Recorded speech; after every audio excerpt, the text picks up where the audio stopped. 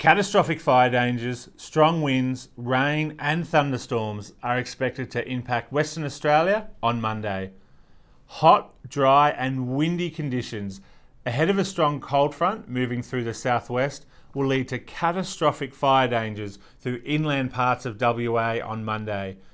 This means that the worst conditions for bush and grass fires are forecast, and if a fire does get going, it will be near impossible to control or contain. A band of rain, thunderstorms and strong winds will accompany the front as it moves through southwestern WA, impacting Perth from late morning and moving into parts of the wheat belt during the afternoon and evening. Not good news for those out harvesting.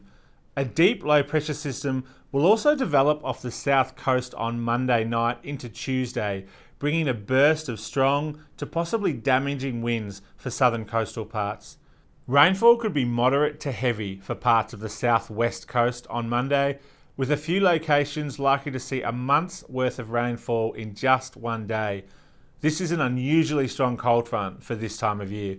With severe weather expected tomorrow, it is important to have your fire plan ready and stay up to date with the latest forecasts and warnings for your location via our website, app and social media, and listen to all advice from emergency services.